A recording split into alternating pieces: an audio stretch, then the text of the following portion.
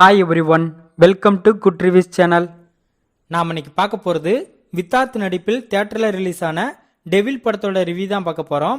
இந்த படத்தோட கதை என்னன்னா, படத்தோட ஹீரோவான வித்தார்த்தும் ஹீரோனியான பூர்ணிமாவும் கணவன் மனைவியாக இருக்காங்க.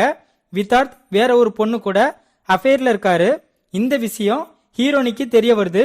இதுக்கப்புறம் ஹீரோனி காரில் போயிட்டு இருக்கும்போது தெரியாமல் ஒருத்தரை இடிச்சிருந்தாங்க. அதனால அவருக்கு கை உடைஞ்சு போயிருது. கை உடைஞ்சு போனதுனால அவரை ஹாஸ்பிட்டல்ல சேர்த்து அவர் கூடவே இருந்து ஹீரோனி கவனிச்சுக்கிட்டாங்க. இந்த சமயத்துல ஹீரோனிக்கும் ஆக்சிடென்ட்ல கை உடைஞ்சு போன அந்த நபருக்கும் ஒரு விதமான ரிலேஷன்ஷிப் உருவாகுது.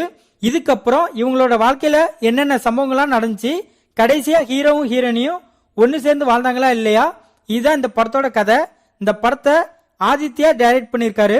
இந்த படத்துல வித்தார்த், திரீகன், பூர்ணா, சுபாஸ்ரீ இன்னும் பலர் இந்த படத்தில் நடிச்சிருக்காங்க.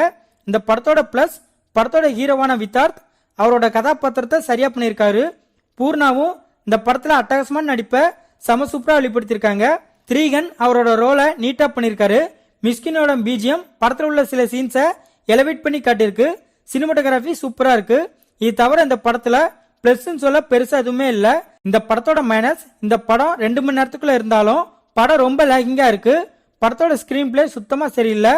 படத்துல உள்ள எமோஷனல் சீன்ஸ்லாம் நம்மளை கனெக்ட் பண்ணவே வைக்கல. படத்துல உள்ள ஒரு கேரக்டர்ஸ் கூட ரைட்டிங்ல சரியா டிசைன் பண்ணல. படத்துல உள்ள ஹாரர் சீன்ஸ்லாம் சும்மா ஏதோ வைக்கணும்னு பேருக்காக வச்ச மாதிரி இருக்கு. இந்த படத்துல ஒரு சில அடல்ட் சீன்ஸ் இருக்கிறதுனால ஃபேமிலியோட இந்த படத்தை பார்க்க வேண்டாம். மொத்தத்துல இந்த படத்தை பார்க்கலாமா கேட்டா, ஒரு பிலோ ஆவரேஜான ஹாரர் கலந்த டிராமா மூவி பார்க்கணும்னு நினைக்கிறவங்க இந்த படத்தை தியேட்டர்ல பார்க்கலாம்.